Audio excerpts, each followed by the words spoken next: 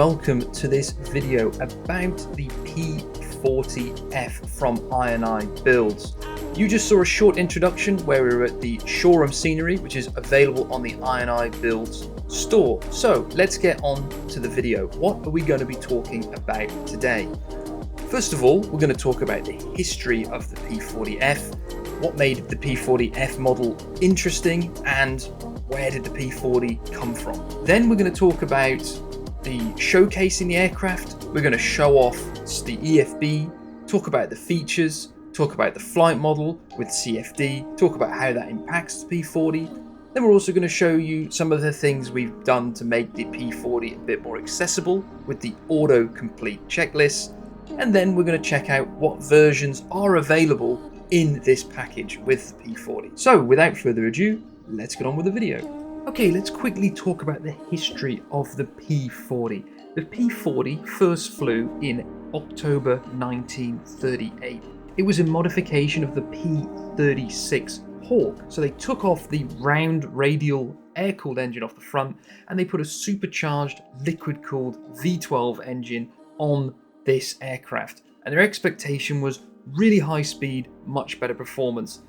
And it was a bit of a disappointment. They actually ended up at around 315 miles an hour top speed, but they were expecting closer to 400. They then sent the aircraft to NACA, and NACA is what we know now to become NASA, and they were able to reduce the drag enough to get the top speed up to 366 miles an hour, which was pretty good. The US then placed an order of 524 P-40s, which is the largest single order it had ever done in its history up to that time. Now, the P-40 was a really good turn fighter, so it could turn really tight, and it had good low to medium altitude performance, but it had pretty poor high altitude performance. Now, that became more relevant as the war went on because more aircraft started to fly higher and higher. So they wanted a solution to this. Originally, it was fitted with the Allison V12, but this V12 wasn't good at high altitude, so they replaced it with the legendary Rolls-Royce Merlin engine. Now, this engine was fitted in Spitfires, P-51 Mustangs, just an amazing engine. And that is what makes the P-40F special, because it was the first P-40 to have this new engine. All the others beforehand have the Allison engine, and it gives it a completely different performance, much faster, much better higher altitude performance, and all that sort of stuff. And that's a very quick history of the P-40, a very interesting aircraft with a very crucial role to play in the early war, and also an aircraft that was used extensively by the Allies, the Soviets, the Commonwealth, the Chinese. This aircraft was used all over during the whole length of the Second World War. So that's about it. Let's move on to the next part of the video. Okay, let's talk about some of the features that we have in the P-40. First of all, I just want to look at the visual quality of the aircraft. We've spent a long time trying to model and texture the P-40 to really look like an authentic version of the P-40F. This includes on the inside with all of the little work we've got on things like the pipes, the sort of wires, the cables. Everything here has that worn but still restored look, and I really like sitting in the cockpit. You'll also notice on the exterior that we can actually pop off the top and lower cowling of the engine to reveal that magnificent Rolls-Royce Merlin engine. Now, this was quite a bit of work. Now, obviously, it's something that doesn't need to be done, but it's pretty cool to be able to look at what makes the P-40F special, and it's this engine, and here it is, and it's just an absolutely magnificent recreation of it. Going around the rest of the aircraft, we're also able to open the upper and lower gun bays as they would when servicing the aircraft or refilling it with ammunition, things like that. So that's all possible as well. And also we can have the tie downs that actually keep the aircraft in place when there's no one inside of it. Moving back to the inside, you'll notice that we actually have an EFB inside the P-40. Now, first of all, because I can already hear people saying, I don't want an EFB in my Warbird. Absolutely understand that. Completely can understand why you won't want that. If you click on the EFB gun sight button, this was a redundant switch. you can click it and it will completely remove the EFB, and it's not there and won't cause any issues at all for the rest of your flights. But if you do want to use it, it's here, and we've added quite a lot of cool features into it. So let's check that out. Okay, let's talk about the EFB in the P40. So what have we got? We've got the power button here, simply turns it on and off. We've got the brightness knob, or a rocker switch, which does obviously turns the brightness for this display up and down. Then we have the map. The map is the in-sim VFR map, but now it's inside here, so it's actually really nice. You can leave it open, zoom in, zoom out, things like that, and then have a look around and press this to recenter yourself. It's basically what you need when you're flying around in the P40 at sort of a low level or for a VFR nav. I really like using it. Then we click the home button to bring us back to the main page, and we go on to the maintenance. Now, maintenance is interesting. This is where we pop open the cowling, the bags, the gun bay, the tie downs, all that stuff is toggled here. But on the right hand side, we have component status. Now you can see the total time on the engine is 2 hours 1 minute. This will obviously count throughout the life of the aircraft, and you can see that some of these have worn down. Now the P40 is an old aeroplane, very old at this point, so it's one of those things where these aircraft from this era, they use a lot more fluid and oil and things like that, because it was just how they were designed at the time. So you have to be careful and make sure that these are in the correct position and you have sufficient for your flight. So it's kind of cool little thing in there. If we click home, we can go back to the main menu and look at the weather. The weather works the way that you might imagine. So our code is Echo Golf Kilo Alpha, which I put in beforehand as well, but you would have to do that on the first time. You click search, minimize, and bingo.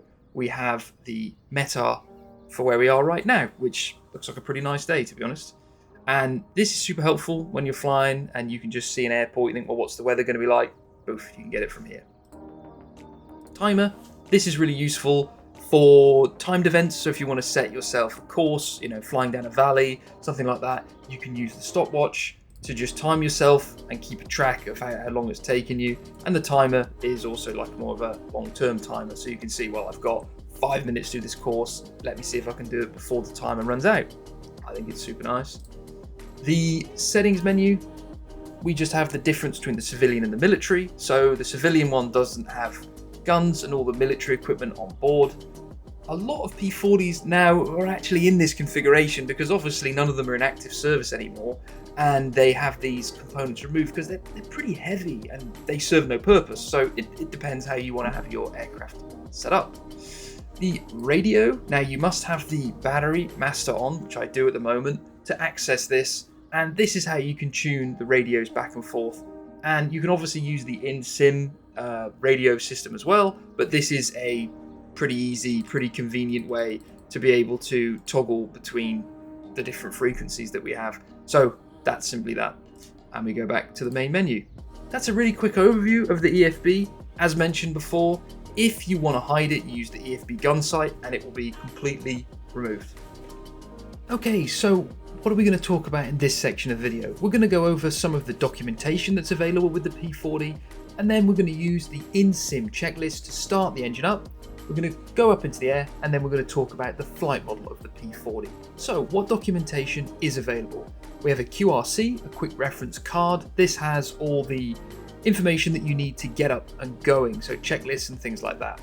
Also, we have a more extensive manual that shows you more on how to use the aircraft, but my personal favorite is the in-sim checklist system. So this is fully functional.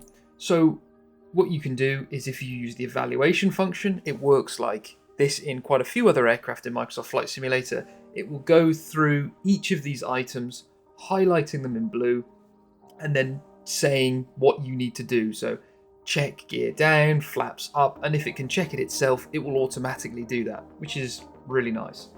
If you have the autocomplete checklist function on in your settings menu, then you're also able to just use the autocomplete page, which I'm going to use right now.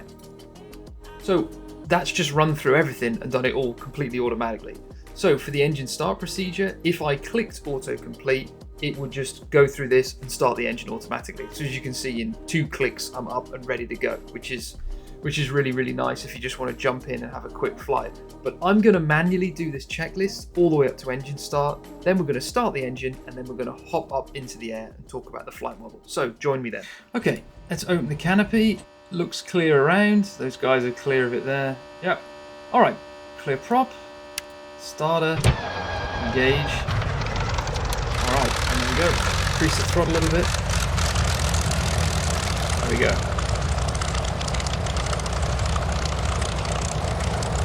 And you really get an idea with the sound and the starter engaging that this is a pretty powerful aircraft. So let's close the canopy up, and you're going to join me again back in the air. Okay, so you join me in the air with the P-40 now. We said we would talk a little bit more about the CFD flight model. What does it mean for the P-40? Well, the CFD flight model, it kind of gives a bit more fluidity. That's the best way I would describe it. Makes the aircraft feel a bit more like it's alive, you know, when you're moving the flight controls or you're interacting with the weather. And, you know, it's just nice. I think it's one of those things you need to try. To describe it, it's pretty difficult, but it's definitely a really, really nice thing to have, especially with an aircraft that has, you know, what a wide aerobatic envelope. So you can do stalls, spins, loops, all those sort of things are absolutely no problem at all in the P-40.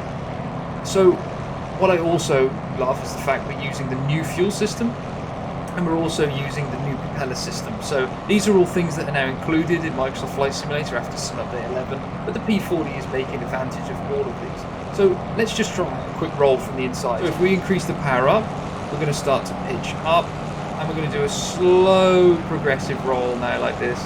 And you can see I'm not even using full stick here, but the aircraft is absolutely not a problem for it at all. We'll bring the power back again. Just a nice smooth, and you can see that it just handles in a sort of predictable manner. So if we go full power now, which is not very nice on the engine, but still.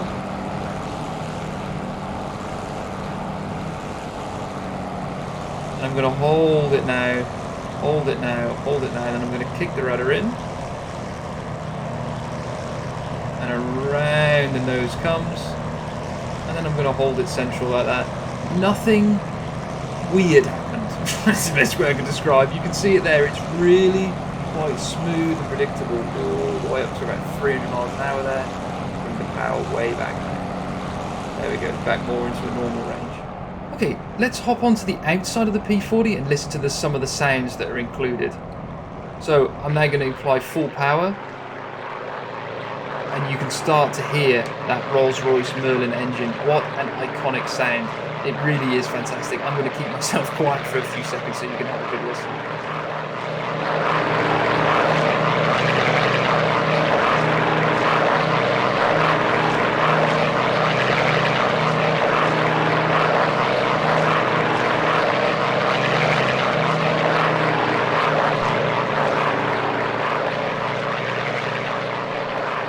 But yeah, what else can I say? I think it really captures that sound of the Rolls-Royce. So let's hop back onto the ground and take a look at all the other versions that are included in the P-40. Okay, so here we are in the sim, just scrolling up and down. These are all the liveries, and they're all famous P-40 paints. Most of them for the US Air Force, but one of them's for the French Air Force, and they really cover the different theatres that are operated in, you know, sand, jungle, desert, things like this. And behind us now, we're going to show you all the different liveries. While these cycle through, I'm going to do the outro to this video, just saying thanks really much for watching this video, following along and learning a little bit about the history of the P-40 and why the P-40F is a really cool aircraft to fly. We hope to have this in the sim very shortly to you, so please, thanks again for watching, and we hope you enjoy the product.